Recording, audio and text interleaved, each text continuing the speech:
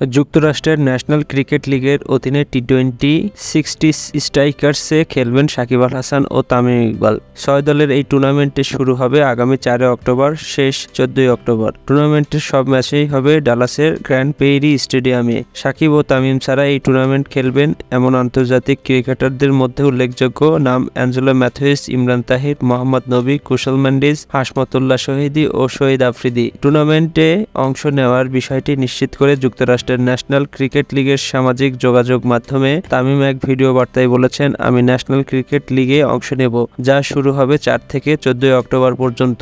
আমি বাংলাদেশের সমর্থকদের মাঠে দেখার অপেক্ষায় আছি। আমি জানি বাংলাদেশের অনেকেই সেখানে থাকেন। টুর্নামেন্টের অংশ হতে পেরে আমি খুবই রোমাঞ্চিত।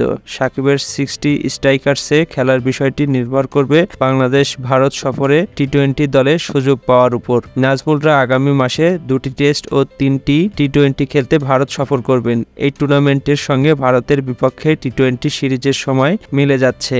ভারতের বিপক্ষে 2 টেস্টের সিরিজ শেষ হওয়ার পর শুরু টি-20 সিরিজের ম্যাচ 3টি হবে আগামী 6, 9 ও 12 অক্টোবর। বিসিবি সূত্রে জানা গেছে, সাকিবের 60 স্ট্রাইকার্সে খেলা নির্ভর করবে ভারতের বিপক্ষে টি-20 সিরিজে দলে থাকা না থাকার উপর। আমাদের সাথে যদি নতুন হয়ে থাকেন তাহলে চ্যানেলটিকে সাবস্ক্রাইব করে নেবেন এবং আমাদের পাশেই থাকবেন। ধন্যবাদ।